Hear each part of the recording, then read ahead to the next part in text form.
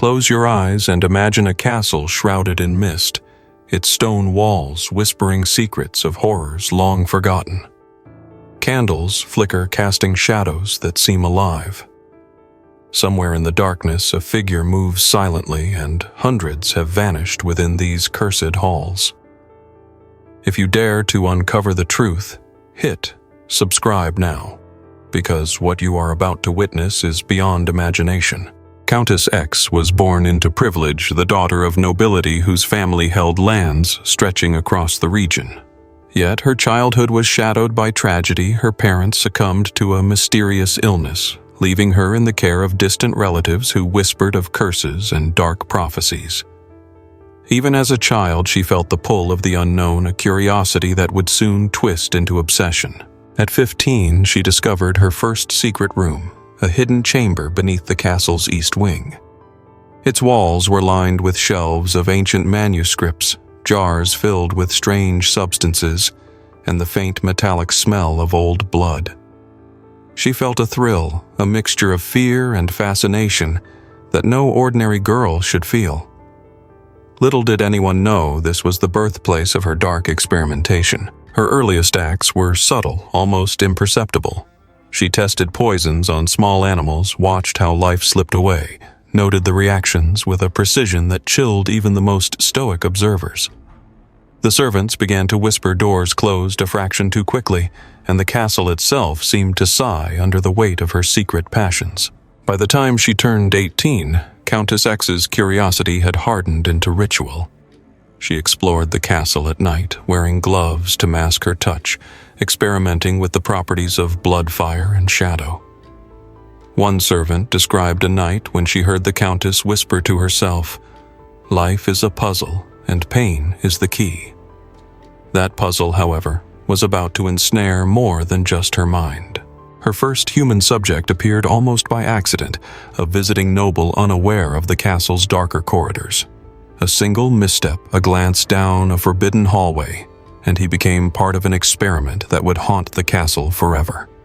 His screams echoed through the stone halls, the sound slicing through the cold night air. Yet, Countess X merely observed, noting the trembling, the panic, the fragility of life itself. The castle, already a place of whispers and creaks, became alive with fear. Footsteps in empty corridors, shadows that moved without cause, the faint scent of iron in the air.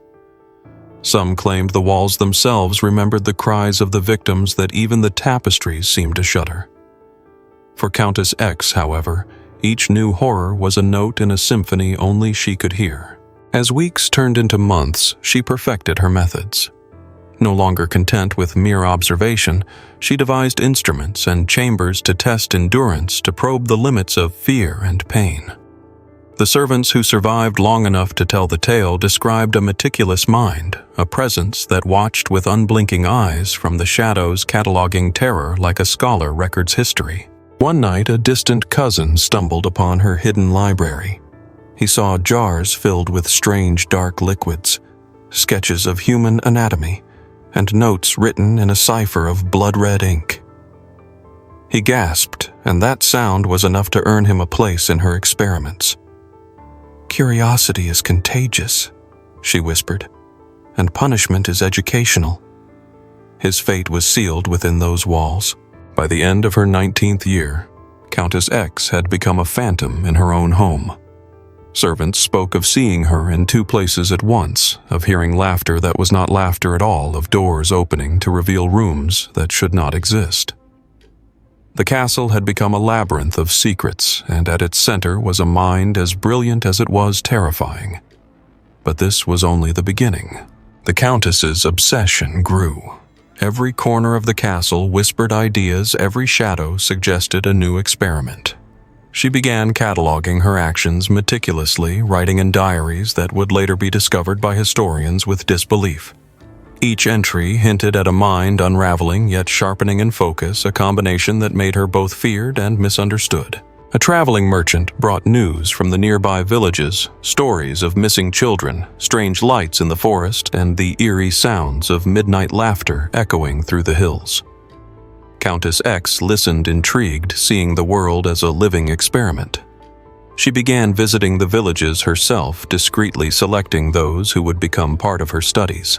The first villagers were simple enough.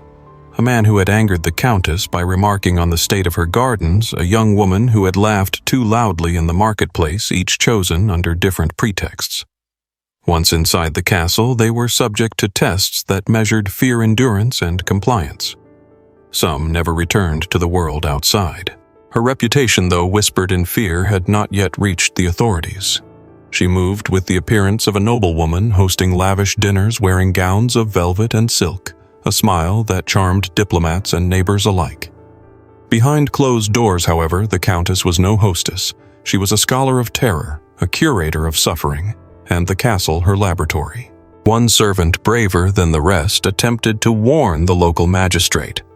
But the Countess had eyes everywhere. By the time a rider reached the town square, it was too late. The servant was missing, and the only message left behind was a single phrase scrawled in red on the wall of his room. Curiosity comes at a price. Nightly rituals became more elaborate. Candles burned with an acrid smell, chains clinked in distant corridors, and the Countess's silhouette could sometimes be seen moving like a shadow across the walls. Those who watched too closely reported a feeling of being observed from every angle, a sensation that made them question their own sanity. One winter, the castle gates were locked during a fierce storm. The Countess used the blizzard as cover to conduct experiments that pushed her subjects to the edge. By the fireside, she would read aloud passages from forbidden texts, watching how words alone could provoke terror. The wind outside howled like the screams of the trapped, blending with the cries inside to form a symphony of despair. Rumors began to spread. People spoke of strange rituals in the forest surrounding the castle, of red candles placed on grave markers of a woman who seemed to command the night itself. Hunters reported sightings of figures moving unnaturally, vanishing before a shot could be fired. The Countess's legend was growing, but authorities dismissed it as superstition.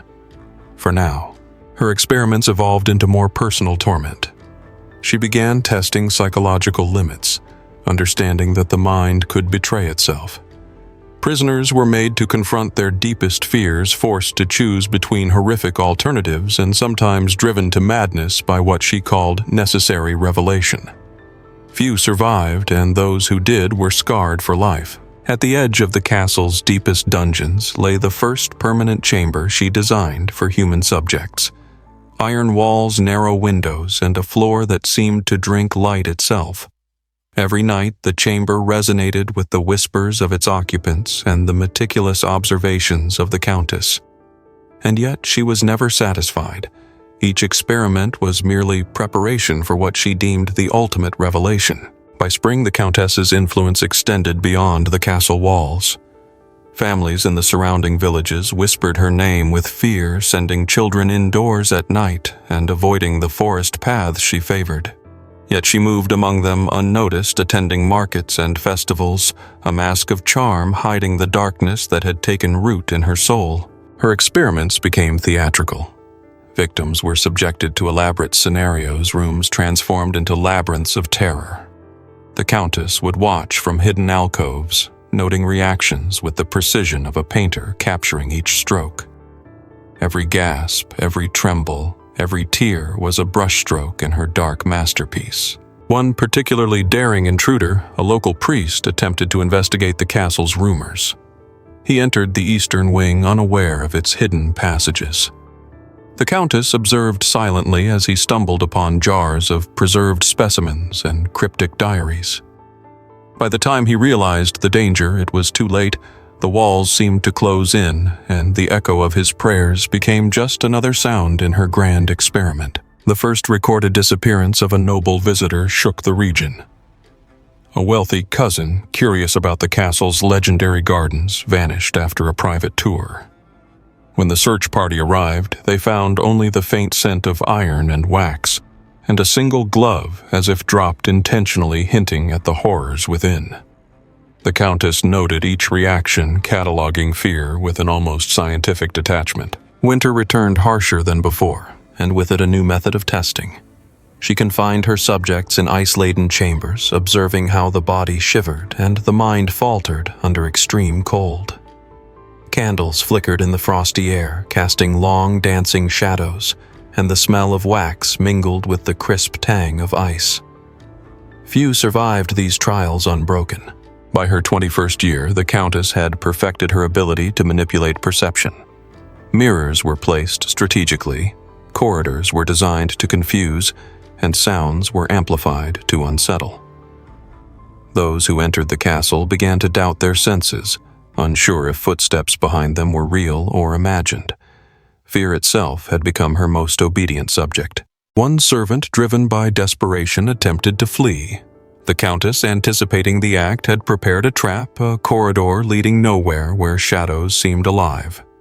The servant ran, but the walls themselves seemed to shift, guiding him back to the chamber where terror awaited.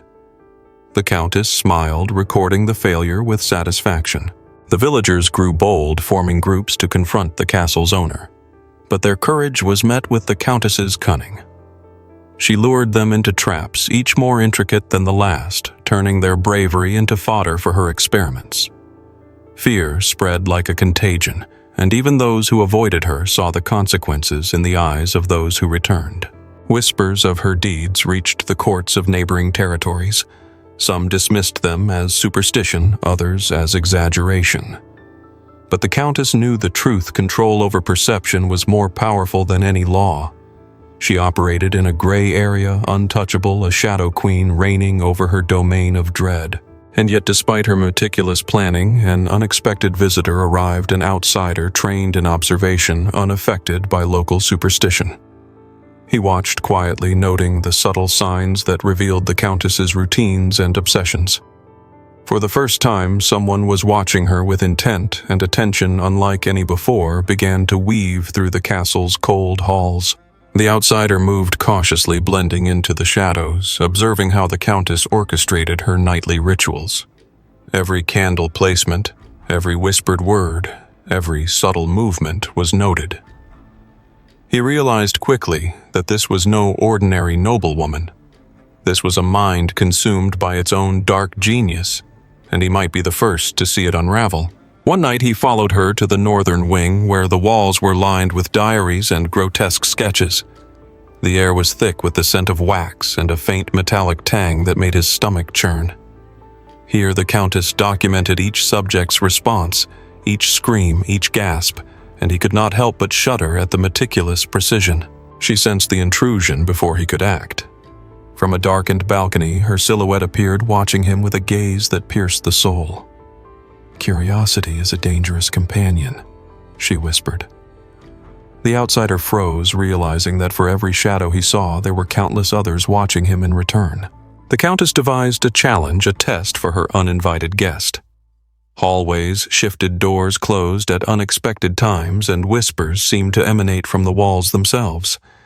He navigated with care, every step measured, heart racing as the castle became an active participant in her experiments. Suddenly a scream echoed from the dungeons below. The Countess's subjects, few who remained alive, were stirred into terror once more. The outsider glimpsed their gaunt faces, eyes wide with unspoken horror, and felt the true weight of the Countess's dominion. This castle was more than stone and mortar. It was a living monument to fear. Days turned into nights, and the outsider documented everything.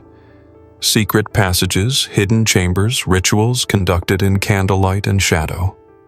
He realized that the Countess's obsession had a pattern, a rhythm, and that understanding it could be the key to surviving her twisted game. Yet every discovery brought new danger. Every revelation a step closer to the edge of terror. A servant whispered of rebellion, urging the outsider to intervene, but he hesitated. The Countess's influence was absolute. Even whispers carried weight. He felt the castle's oppressive presence pressing down, forcing him to question his resolve. Could he expose her? Or would he too become a chapter in her growing legend of fear? On the eve of a storm, the Countess enacted her most elaborate plan yet. She confined multiple subjects in interconnected chambers, using light, sound, and scent to manipulate perception. Candles flickered violently as wind tore through the castle, and the outsider watched in horrified fascination, noting every detail for posterity. The storm outside mirrored the chaos within. Rain lashed against the windows, lightning illuminated the stone halls in brief, harsh flashes. Screams overlapped, echoing endlessly, as if the castle itself had become an instrument of terror. The outsider realized he was witnessing something that would forever defy belief, a carefully choreographed symphony of horror.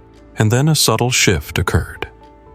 The Countess faltered just for a moment, her attention split between her subjects and the mysterious observer. In that split second, he saw the cracks in her meticulous facade, the faintest tremor in her hands, the shadow of doubt in her eyes. Perhaps, just perhaps, even the Queen of Fear could be challenged. The outsider seized the moment of hesitation. He moved silently, tracing the Countess's patterns, predicting her next steps. Every hidden corridor, every mirror designed to confuse, now worked in his favor. He understood the castle's rhythm, the ebb and flow of terror, and for the first time he felt a glimmer of hope. But the Countess was not easily fooled. She sensed the change, her intuition sharpened by years of manipulating fear. "So you think you understand me?" she whispered into the empty halls, her voice echoing like a threat. Shadows shifted around him, and he realized that his every move had been anticipated, that he was now part of her experiment. She led him deeper into the castle, guiding him unknowingly through a maze designed to unsettle even the bravest souls. The outsider noted every detail, the subtle creak of the floorboards, the faint smell of iron, the distant echo of dripping water, and knew that understanding these cues was his only chance to survive. In the northern tower, he found a room filled with grotesque sculptures, each depicting a subject in their final moments of despair. Candlelight flickered across the twisted faces, casting long, haunting shadows on the stone walls. The outsider realized that the Countess's artistry lay not just in fear, but in capturing the essence of human suffering itself. A sudden shout rang out. One of the surviving subjects had made a desperate attempt to escape. The Countess's eyes gleamed with a mixture of anger and delight as she pursued them with calculated precision. The outsider observed silently, documenting how the mind of a master of terror operated when confronted with unpredictability. Night after night, the castle became a stage for her experiments. Subjects were rotated, scenarios repeated, and reactions meticulously recorded. The outsider began to notice patterns the Countess favored, the unexpected, the subtle manipulation of senses, the gradual erosion of hope. It was a choreography of horror that few could endure. Then a revelation struck him. Within her diaries, a pattern emerged, dates, rituals, and reactions carefully aligned. He realized that the Countess's obsession was predictable, her cruelty bound by her own system. Knowledge became his weapon, and with it he began planning a way to confront her directly. A stormy night provided the perfect cover. The outsider navigated the castle's labyrinthine halls, avoiding traps and hidden eyes. Each step brought him closer to the heart of her operation, where the most heinous experiments were conducted, and where the Countess herself could finally be faced. In the central chamber, he found the ultimate display of her obsession. A room filled with glass jars containing preserved specimens, walls covered in detailed sketches of human agony, and a single throne-like chair from which the Countess had observed all her subjects. The outsider's breath caught. He had reached the core of her empire of terror. And there she was, seated elegantly among the remnants of her dominion, eyes sharp and calculating. "I've been expecting you," she said, her voice calm, almost welcoming. The outsider understood then that the confrontation would not be simple. It was a battle of wits, of nerve, and of the ability to face the purest embodiment of fear without succumbing. The Countess rose from her throne, moving with a grace that belied the darkness she commanded. Every step echoed through the chamber, the stone floor amplifying her presence. The outsider steadied himself, heart pounding, realizing that he faced not just a woman, but an intellect honed by years of obsession and cruelty. She circled him like a predator observing testing. "Fear is a language," she murmured, "and I speak it fluently. The outsider felt the weight of her words, each one calculated to unsettle and to gauge his reaction. Yet he held his ground, aware that any tremor in his demeanor could tip the scales in her favor. Suddenly, she gestured toward a concealed door, and shadows spilled out like a flood. Figures emerged, survivors of her previous experiments, their faces pale, eyes hollow, their presence a living testament to her reign of terror. The outsider realized that escape would require not just courage, but ingenuity and the ability to anticipate her every move. The Countess paused, watching the outsider study the room. "Do you see now?" she whispered. "This is my legacy." The glass jars, the sketches, the trembling figures, they were all part of her narrative, her obsession rendered into physical form. And in that moment, the outsider understood that confronting her would mean stepping fully into the world she had constructed. He took a calculated risk, speaking aloud to the survivors, attempting to rally them without drawing immediate attention. The Countess tilted her head, a small smile playing on her lips. "Clever," she said softly, as if approving the strategy, yet knowing she had anticipated every word, every intention. A sudden clash of lightning illuminated the chamber, casting distorted shadows across the walls. In that brief, stark light, the outsider caught sight of the Countess's face, sharp and imperious, her eyes reflecting both brilliance and madness. He realized that even now she remained several steps ahead, a master of perception and manipulation. The storm outside intensified, echoing the chaos within. Rain pounded the windows, wind rattled the shutters, and the candle flames flickered violently. The Countess seized the moment to demonstrate her control, orchestrating a sequence of lights, shadows, and sounds that disoriented the outsider and the survivors alike. Yet amidst the chaos, the outsider discovered a weakness. Her attention divided between orchestrating terror and observing him left subtle openings. A misstep, a glance too long, a pause too calculated. These became the threads upon which he could pull, unraveling the illusion she had meticulously crafted. He acted swiftly, guiding the survivors through secret passages he had previously noted, bypassing traps and illusions. Every heartbeat felt amplified, every step a gamble. The Countess's voice echoed behind them, a melodic, chilling sound reminding them that escape would never be simple. Finally, they reached a concealed stairwell leading toward the outer walls. The outsider glanced back once more, seeing the Countess framed in the doorway, a figure of elegance and menace intertwined. He understood that while the immediate danger was behind them, the shadow of her legacy would linger, a haunting reminder of fear, mastered and unleashed. The survivors emerged into the stormy night, gasping for air, hearts pounding, yet each of them carried the weight of what they had endured. The castle loomed behind them, dark and silent, as if holding its breath, waiting for the next chapter of horror to unfold within its walls. The outsider knew that escaping the physical castle did not mean escaping its psychological grip. Memories of screams, flickering candlelight, and the Countess's piercing gaze would haunt him, an indelible mark on his soul that time could never erase. Word of the castle's horrors spread slowly, whispered in taverns and markets, growing into legend.